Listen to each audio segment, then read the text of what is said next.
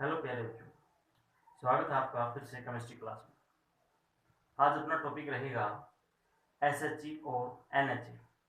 SHG क्या है? Simply full form हम इसकी देखेंगे। सबसे पहले स्टैंडर्ड हाइड्रोजन इलेक्ट्रोड्स, यहाँ लिख देता हूँ स्टैंडर्ड हाइड्रोजन इलेक्ट्रोड। ठीक है भाई, रेफरेंस है स्टैंडर्ड। लास्ट लेक्चर में हमने डिस्कस किया था इलेक्ट्रोड पोटेंशियल क्या होता है।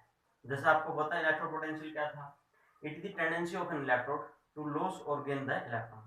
इलेक्ट्रॉन लेने या देने की जो क्षमता है ना किसी भी इलेक्ट्रोड की, उसी को इलेक्ट्रोड पोटेंशियल बोला जाता है। ये दो प्रकार का हम मानते थे, एक रिडक्शन पोटेंशियल और दूसरा ऑक्सीडेशन पोटेंशियल। अगर मैं आपसे पूछूं रिडक्शन पोटेंशियल क्या है, तो आप क्या बताएंगे? Tendency to gain the electron. और ऑक्सीडेशन पोटेंशियल क्या हो जाएगा? Tendency to loss the electron. Very simple. तो बच्चों, अब अलग अलग जो सेल हैं उनका हमने क्या किया, अलग अलग जो हाफ सेल हैं या इलेक्ट्रोड है अलग अलग मेटल, उन सभी का इलेक्ट्रोड पोटेंशियल जानना चाहा। भाई क्या हो सकता है कॉपर का, क्या हो सकता है जिंक का, क्या हो सकता है आयरन का, क्या हो सकता है किसी दूसरे एलिमेंट्स का, क्या इलेक्ट्रोड पोटेंशियल मींस उसका रिडक्शन पोटेंशियल या फिर ऑक्सीडेशन पोटेंशियल। तो इसके लिए हमने रेफरेंस लिया है, और रेफरेंस क्या था? Standard hydrogen electrode. मतलब स्टैंडर्ड चीज ले ली, इसका मान लिया, इसका इतना है, फिर बाकी को इसके साथ जोड़ करके देख लिया। ये जो डायग्राम आप देख रहे हैं इसकी बात हम करेंगे। एनएचई की फुल फॉर्म क्या बनेगी? Normal hydrogen electrode. Normal hydrogen electrode. ठीक है बच्चों, सबसे पहले फुल फॉर्म देख लीजिए। उसके बाद ये क्या है आइए देखते हैं। वैसे पता चल गया ना आपको इसका काम क्या है। इसका काम ये है अलग अलग एलिमेंट्स का, अलग अलग इलेक्ट्रोड का इलेक्ट्रोड पोटेंशियल जानना कि रिडक्शन पोटेंशियल कितना है, ऑक्सीडेशन पोटेंशियल कितना है। ये हमने क्या ले लिया कि रेफरेंस ले लिया, स्टैंडर्ड मान लिया इसको, है ना। और क्या स्टैंडर्ड माना इसमें बच्चों? जैसे हमने किसी चीज का वेट देखना हो भी कितना है किसी चीज का वेट, तो हम क्या करते हैं 1 kg का जो वेट होता है उसके कंपैरिजन में देखते हैं उससे कितना ज्यादा है या कम, है ना। ये चीजें देखते हैं। इसी प्रकार से इसको रेफरेंस या स्टैंडर्ड माना बच्चों। तो स्टैंडर्ड जो है ना, ये इसमें सबसे मेन बात आपको याद रखनी है बच्चों कि इसका जो इलेक्ट्रोड पोटेंशियल होगा, देखो यहाँ लिखा होगा मैं, ये इधर बहुत इंपॉर्टेंट चीज है, हमेशा याद रखना। जो स्टैंडर्ड इलेक्ट्रोड आपका स्टैंडर्ड हाइड्रोजन इलेक्ट्रोड है, इसका इलेक्ट्रोड पोटेंशियल कितना है? 0। चाहे रिडक्शन पोटेंशियल की हम बात करें या ऑक्सीडेशन पोटेंशियल की हम बात कर लें, इसका हमने 0 मान लिया। ये चीज याद रखनी सबसे पहले। इसमें एसएचजी में मतलब स्टैंडर्ड हाइड्रोजन इलेक्ट्रोड का इलेक्ट्रोड पोटेंशियल कितना होता है बताओ? 0 याद रखना बस, है ना। या फिर नॉर्मल हाइड्रोजन इलेक्ट्रोड की बात करें, यही है। तो ये स्टैंडर्ड हो गया बच्चों। अब देखिए जरा क्या सेटअप क्या है, ये कैसे बना रखा है। इन दिस हाइड्रोजन गैस, देखो इसमें हम क्या करते हैं, हाइड्रोजन गैस पास करते हैं कितने प्रेशर पे भाई? 1 बार प्रेशर इज पास्ड इनटू, और किसमें पास करेंगे? देखो इधर देखिए, हम पास करेंगे 1 मोलर HCl सॉल्यूशन होगा प्यारे बच्चों। दो तीन चीजें हैं इंपॉर्टेंट, कौन कौन सी? एक हमने वेसल लिया है, इस वेसल के अंदर हमने 1 मोलर, ध्यान दें सिर्फ 1 मोलर मतलब मोलेरिटी एक हो जिसकी, है ना, वो सॉल्यूशन डाल दिया किसका? HCl का। और क्या किया बच्चों? हाइड्रोजन गैस पास कर दी। और किस प्रेशर पे पास किए? देखो सॉल्यूशन के अंदर से 1 बार प्रेशर पे हाइड्रोजन गैस पास करती है। फिर से बता रहा हूं आपको, एक वेसल लिया, उसमें 1 मोलर HCl का हमने सॉल्यूशन ले लिया और उसके अंदर से हाइड्रोजन गैस को पास कर दिया। देखो इधर से, हाँ, 1 बार प्रेशर पे। और दूसरी खास बात क्या प्यारे बच्चों, आपको टेम्परेचर इसका फिक्स रखना कितना? 298 केल्विन। ध्यान दें क्या बात है भाई, 298 केल्विन है टेम्परेचर। तो अब क्या हुआ बच्चों? तीन चीजें हैं, हाइड्रोजन गैस पास करोगे, बताओ किसके अंदर से? 1 मोलर HCl सॉल्यूशन के अंदर से। ठीक है भाई। और साथ में क्या करना है भाई?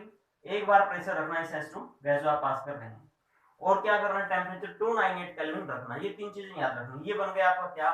SH या NH इसको आप बोल सकते हैं, जिसकी फुल फॉर्म अभी हमने देखी थी। और दूसरी खास बात क्या थी, इसका जो इलेक्ट्रोड पोटेंशियल होता है वो कितना लेना है? 0। ठीक है भाई, आगे देखिए जरा। अब बात ये है बच्चों, when it act as anode, जब ये एनोड का काम करेगा मतलब जब इसका ऑक्सीडेशन होगा, तो कौन सी रिएक्शन शो करेगा? ये भी H2 गैस जो आपने ऊपर से डाली थी इसका ऑक्सीडेशन हो जाएगा। सही बात है भाई, एनोड का जो काम करता है उसका ऑक्सीडेशन होता है। क्या होता है उसका? ऑक्सीडेशन। और बच्चों इस प्रकार से ऑक्सीडेशन हो गया। आप देख लीजिए जो आपने हाइड्रोजन गैस पास की थी उससे क्या बन गया 2H पॉजिटिव प्लस 2 इलेक्ट्रॉन, ये चीज बन जाती है, वेरी सिंपल, ठीक है भाई। अब बात वही कर लेते हैं, जब ये कैथोड का काम करेगा प्यारे बच्चों, तब कौन सी रिएक्शन शो करेगा ये। अब देखो जरा, अब इसका उल्टा हो जाएगा इस रिएक्शन का, जस्ट रिवर्स है ना, 2H positive plus 2 electron is equal to hydrogen gas देगा ये आपको। कहने का मतलब ये हुआ प्यारे बच्चों, जब ये, अब इसमें देखो इसका हो रहा है रिडक्शन, तो ये जब किसका काम करेगा, कैथोड का, कैथोड पे होता है रिडक्शन, तो ये रिएक्शन याद रखनी है, एनोड पे ये रिएक्शन सिंपल सी है जस्ट। अब यहाँ तो आपको पता चलता है कि H2 कहां से आया, आपने पास किया था ऊपर से, ठीक है, H2 गैस।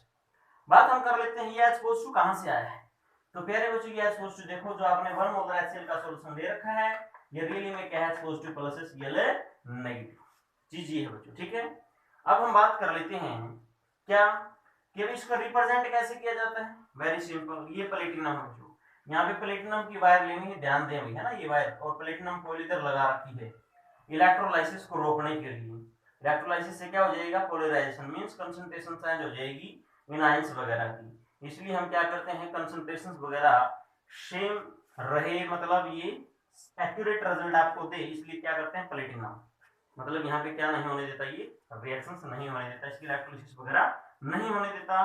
प्लेटिनम का खाली इतना काम, और ज्यादा काम नहीं है, लेकिन रिप्रेजेंट पीटीएस हम कर देते हैं इसको, तो इस साल की रिप्रेजेंटेशन बच्ची ये बनेगी, H2 गैस है, H पॉजिटिव कंसंट्रेशन है, H2 गैस आप पास कर रहे हैं और H पॉजिटिव कंसंट्रेशन के अंदर मींस HCl जो 1 मोलर आपने लिया था।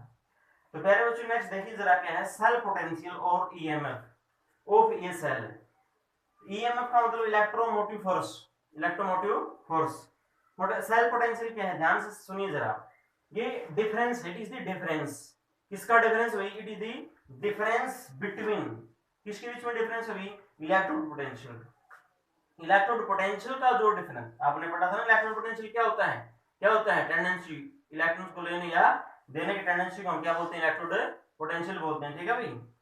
दो हाफ सेल होते हैं, आपको पता है, एक ऑक्सीडेशन हाफ सेल और एक reduction half cell, oxidation half cell और रिडक्शन हाफ सेल, उनके इलेक्ट्रोड पोटेंशियल, जो उनका इलेक्ट्रोड पोटेंशियल उन दोनों का, उनका जो डिफरेंस है, उसी को हम क्या बोलेंगे, सेल पोटेंशियल या ईएमएफ, इलेक्ट्रोमोटिव फोर्स भी बोल देते हैं, ठीक है बच्चों।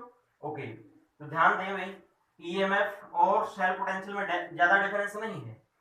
ईएमएफ हम सेल पोटेंशियल को ही बोलते हैं, मतलब इलेक्ट्रोड पोटेंशियल को ही बोलते हैं, कब, जब उस सेल के अंदर से करंट पास नहीं हो रहा, मतलब मैक्सिमम वोल्टेज होता है ये सेल से जो निकाला जा सकता है, लेकिन ये लिखा होता है सेल के ऊपर, लेकिन इतना वोल्टेज सेल वो देता नहीं, क्यों, क्योंकि जब उसके अंदर से करंट वगैरह पास होगा बच्चों, क्या होगा, रेजिस्टेंस भी होगा, तो उससे कम वोल्टेज आता है, मींस पोटेंशियल आता है, उसको हम सेल पोटेंशियल बोलते हैं। क्लियर, क्या डिफरेंस हुआ, ये मैक्सिमम हुआ, ये मतलब इससे कम हुआ, ये वाला जो सेल पोटेंशियल इससे कम होता है इलेक्ट्रोमोटिव फोर्स से, ठीक है। ये मैक्सिमम जो वर्क डन होता है किसी भी सेल के द्वारा वो होता है बच्चों, ये मतलब इससे लेस होता है, बात ये है, जब उसके अंदर से करंट फ्लो हो रहा है तब उसका इलेक्ट्रोड पोटेंशियल क्या है, उस सेल को हम क्या बोलते हैं, उसका जो क्या बोलते हैं, उसको इलेक्ट्रोड पोटेंशियल बोलते हैं। तो जब उसके अंदर से करंट पास हो रहा है तब क्या बोलते हैं, सेल पोटेंशियल, और यहां से इलेक्ट्रोड पोटेंशियल। वेरी सिंपल, इतना समझ लीजिए आप कि difference between the electrode potential of two half cell, electrode potential के बीच का जो डिफरेंस है ना दो हाफ सेल का, उसी को आप क्या बोलेंगे, ईएमएफ बोलेंगे। ये चीज आपको ध्यान रखनी है। लास्ट बात मैं आपको बता देता हूं इसके बारे में। अब हमें कैसे पता चलेगा कि भाई ये कैथोड का काम करेगा या एनोड का काम करेगा, कौन, आपका जो भाई SHE है, जो NHE है, SHE है ना, ये कैथोड का काम करेगा तो कौन सी रिएक्शन होगी, ये वाली।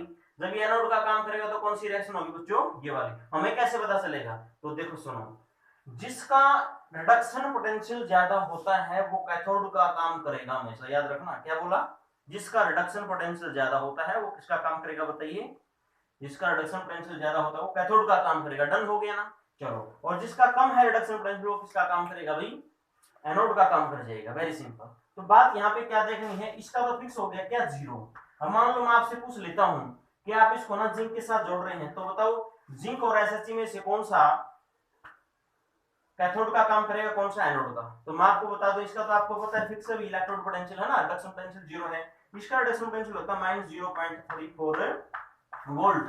तो आप खुद ही देख लीजिए बच्चों, तो किसका होगा भाई, इसका रिडक्शन पोटेंशियल कम है तो ये एनोड का काम करेगा, और ये SHE किसका कर जाएगा, कैथोड का काम कर जाएगा। इस प्रकार से पता चलता है कंपेयर करके, क्या, उसका इलेक्ट्रोड पोटेंशियल, रिडक्शन पोटेंशियल देख लो, अगर SHE का रिडक्शन पोटेंशियल ज्यादा है, सामने वाले सेल से, तो क्या हो जाएगा बच्चों, तो आप मानिएगा तो उसका हो जाएगा भाई रिडक्शन, अगर इसका ज्यादा है तो। और अगर इसका रिडक्शन पोटेंशियल बच्चों कम है तो इसका हो जाएगा ऑक्सीडेशन। जब इसका ऑक्सीडेशन होता है तो ये रिएक्शन होती है, जब इसका रिडक्शन होता है तो ये रिएक्शन होती है। तो इसको अच्छे से पढ़िए, सुनिए, वीडियो को ध्यान से देखिए जरा, कोई डाउट्स अगर आता है फिर से आप पूछिए। Thank you for watching this video.